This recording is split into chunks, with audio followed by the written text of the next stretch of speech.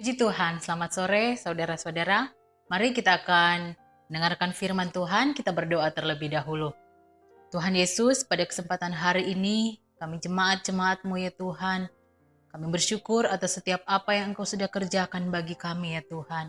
Dan pada saat ini ya Tuhan Yesus, kami akan mendengarkan firman Tuhan, kami akan merenungkan firman Tuhan. Biar kiranya Engkau yang mengurapi kami semua, agar ketika firman-Mu disampaikan ya Tuhan, kami boleh dapat mengerti firman-Mu, dan kami boleh dapat melakukan firman-Mu dalam hidup kami. Terima kasih. Kami sudah berdoa di dalam nama Tuhan Yesus Kristus. Haleluya. Amin. Puji nama Tuhan, saudara-saudaraku. Mari kita buka Alkitab kita di dalam Mazmur 66 ayat 10. Mazmur 66 ayat 10 dikatakan, "Sebab Engkau telah menguji kami, ya Allah, telah memurnikan kami seperti orang memurnikan perak. Sebab Engkau telah menguji kami, ya Allah, telah memurnikan kami seperti orang memurnikan perak." Berbicara ujian, berbicara uji adalah pencobaan untuk mengetahui mutu kita ataupun sesuatu yang membuat kita bertahan, bahkan membuat kita tahu seberapa besar kualitas tersebut. Tetapi yang menjadi masalahnya dalam kehidupan kita adalah apakah kita dapat bertahan untuk menghadapi setiap ujian yang Tuhan akan berikan dalam kehidupan kita. Tuhan menguji kita. Tuhan mau menguji kita agar kehidupan kita ini semakin hari semakin kuat di hadapan Tuhan. Yesaya 48 katakan, "Sesungguhnya Aku telah memurnikan engkau, namun bukan seperti perak. Tetapi aku telah menguji engkau dalam dapur kesengsaraan." Kita diuji dalam penderitaan, dalam kesesakan, dalam kesulitan, bahkan dalam sakit penyakit atau apapun itu. Tetapi ketika kita diuji oleh Tuhan, maka kita akan semakin hari semakin kuat di hadapan Tuhan. Penderitaan yang kita alami saat ini mungkin mengecewakan kehidupan kita. Tetapi percayalah, Allah tidak pernah meninggalkan kehidupan kita.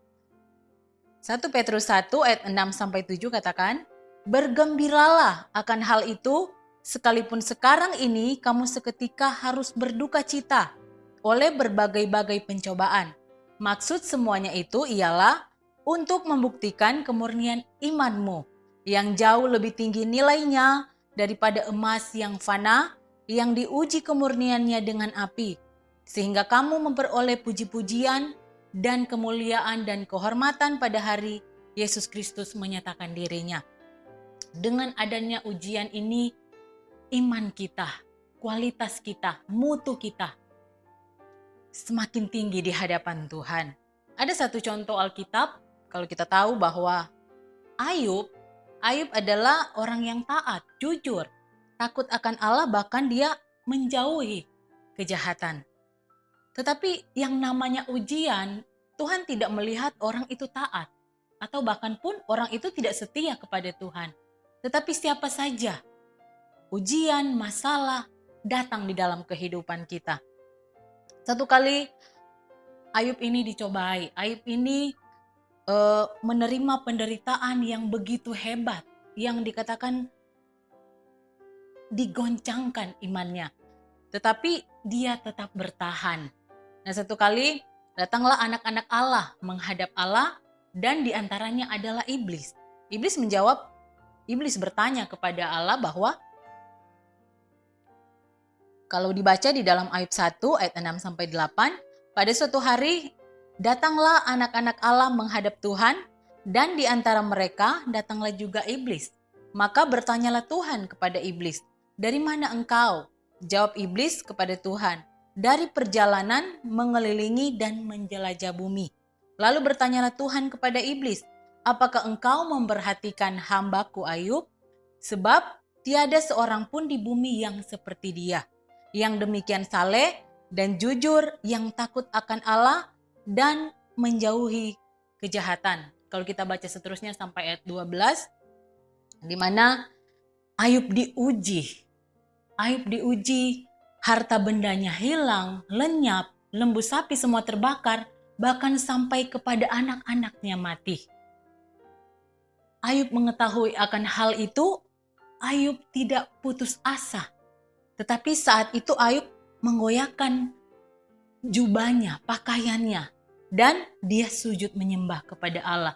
Berarti ketika Ayub di dalam masalah, Ayub diuji, dia serahkan semuanya ke dalam tangan Tuhan. Ayub masih mempermuliakan nama Tuhan. Ayub sudah kehilangan anaknya, bahkan harta bendanya habis, ditambah lagi ujiannya, yaitu Ayub ada penyakit, ditimpakan penyakit bisul, ditimpakan penyakit borok-borok yang keluar nanah. Dan sampai istrinya katakan kepada Ayub di dalam Ayub 2 ayat 9, maka berkatalah istrinya kepadanya, masih bertekunkah engkau dalam kesalehanmu? Kutukilah Allahmu dan matilah. Perkataan istrinya kepada Ayub supaya mengutuki Allah. Tetapi Ayub katakan kepada istrinya bahwa sesungguhnya Ayub katakan kepada istrinya bahwa engkau berbicara seperti perempuan gila. Apakah kita mau menerima yang baik dari Allah, tetapi tidak mau menerima yang buruk? Dalam kesemuanya itu Ayub tidak berbuat dosa dengan bibirnya. Bukan hanya hal-hal yang baik saja yang Ayub terima, tetapi di dalam ujiannya, dia kehilangan anaknya, dia kehilangan harta bendanya, bahkan dia terkena sakit penyakit yang dikatakan terkena bisul borok, yang tidak bisa dia tahan lagi sehingga dia menggaruk dengan beling. Tetapi Ayub tetap bertahan karena Ayub percaya apa yang Tuhan mau kerjakan dalam kehidupannya itu pasti membuahkan hasil. Di dalam Ayub 42 ayat 1 sampai 2. Maka jawab Ayub kepada Tuhan, aku tahu bahwa engkau sanggup melakukan segala sesuatu dan tidak ada rencanamu yang gagal. Ini satu kepercayaan Ayub kepada Allah. Ayub tidak bimbang, Ayub tidak ragu di dalam dia menghadapi ujiannya. Tetapi dia katakan kepada Allah bahwa aku tahu tidak ada sesuatu yang akan gagal. Yang menjadi rencana Tuhan dalam kehidupannya, bahwa Ayub pasti disembuhkan, bahwa Ayub pasti akan dipulihkan. Kalau di dalam Ayub 42 ayat 10, karena Ayub percaya di dalam ujiannya itu, dia berpengharapan kepada Allah, maka Ayub dipulihkan. Lalu Tuhan memulihkan keadaan Ayub setelah ia meminta doa untuk sahabat-sahabatnya, dan Tuhan memberikan kepada Ayub 2 kali lipat dari segala kepunyaannya dahulu. Ayub dipulihkan karena apa? Ayub tetap percaya kepada Tuhan. Bahkan Ayub tidak mempersalahkan siapapun, tetapi dia masih tetap memuliakan Tuhan. Dia percaya tidak ada satu rencana Allah yang gagal dalam kehidupannya. Ayub dipulihkan. Itu yang Ayub alami saat dia diuji. Tetapi dia berpegang pada janji Allah. Dia percaya, maka Ayub dipulihkan. Bukan hanya Ayub saja. Ada tokoh Alkitab lagi yang namanya Abraham. Abraham, kalau kita tahu bahwa Abraham adalah orang yang taat pada perintah Allah. Bahkan Abraham dikatakan bapa orang beriman. Karena Abraham ini selalu melangkah dengan iman. Bahkan dia melakukan perintah Allah itu dengan ketaatannya dia. Dia tidak tahu kemana tujuannya, tetapi dia hanya melangkah dengan iman.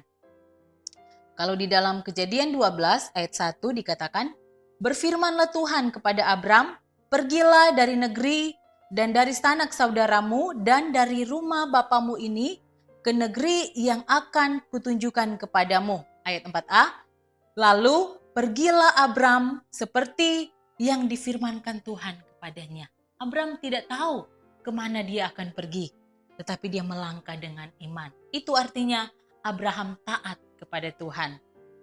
Satu kali Abraham diuji, imannya diuji, kepercayaannya diuji.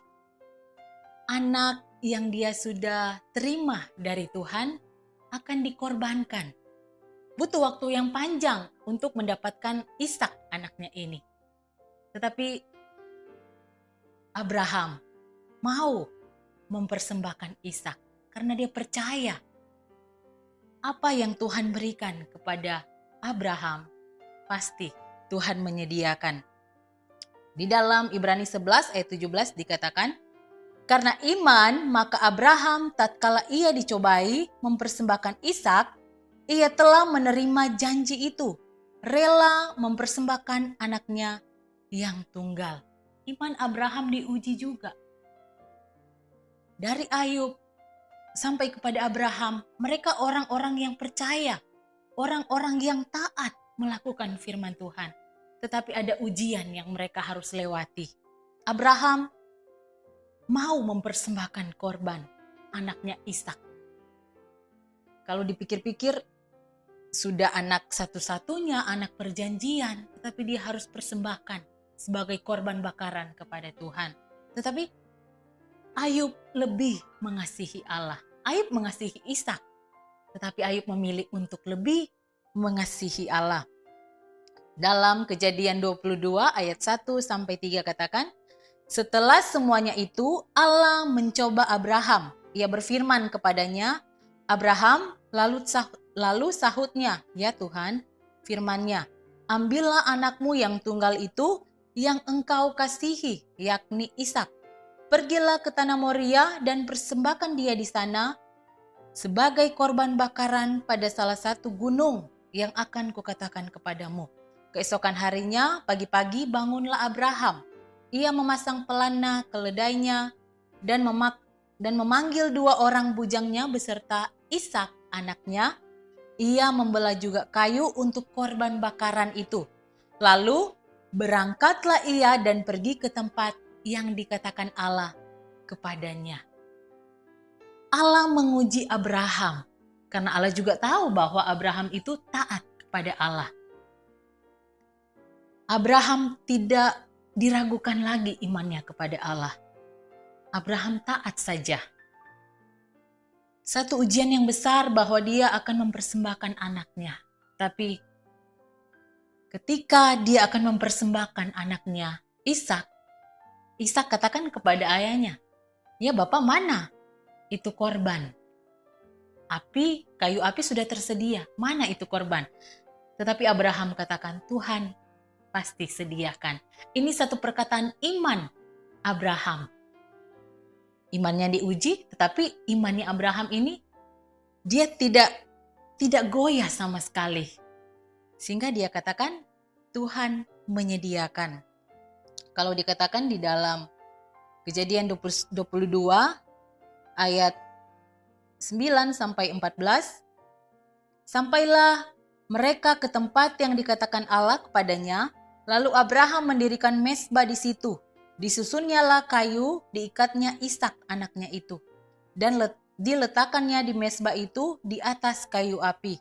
Sesudah itu Abraham mengulurkan tangannya, lalu mengambil pisau untuk menyembelih anaknya. Tetapi berserulah malaikat Tuhan dari langit kepadanya, Abraham, Abraham, sahutnya, ya Tuhan. Lalu ia berfirman, jangan bunuh anak itu dan jangan kau apa-apakan dia. Sebab telah ku ketahui sekarang bahwa engkau takut akan Allah dan engkau tidak segan-segan untuk menyerahkan anakmu yang tunggal kepadaku. Lalu Abraham menoleh dan melihat seekor domba jantan di belakangnya yang tanduknya tersangkut dalam belukar. Abraham mengambil domba itu dan mengorbankannya sebagai korban bakaran pengganti anaknya. Tuhan menyediakan, Allah menyediakan. Karena apa? Abraham percaya, Abraham imani bahwa Tuhan pasti menyediakan pengganti anaknya. Itu yang dilakukan Abraham. Maka Abraham punya iman yang kuat. Dia diuji kepercayaannya. Dan Abraham menerima janji Allah itu. Di dalam Kejadian 22 ayat 17 sampai 19, maka aku akan memberkati engkau berlimpah-limpah dan membuat keturunanmu sangat banyak, seperti bintang di langit dan seperti pasir di laut, dan keturunanmu itu akan menduduki kota-kota musuhnya. Oleh keturunanmu lah semua bangsa di bumi akan mendapat berkat.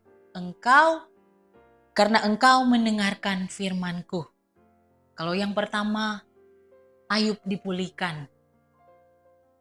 Dan yang kedua, Abraham diberkati sampai kepada keturunannya. Karena Ayub dan Abraham, mereka taat kepada Tuhan. Mereka percaya bahwa setiap rancangan Allah tidak ada perkara yang mustahil. Sehingga mereka boleh melewati semuanya itu. Mereka diuji, tetapi mereka bisa bertahan. Apa yang membuat kita juga bisa bertahan ketika kita akan diuji oleh Tuhan?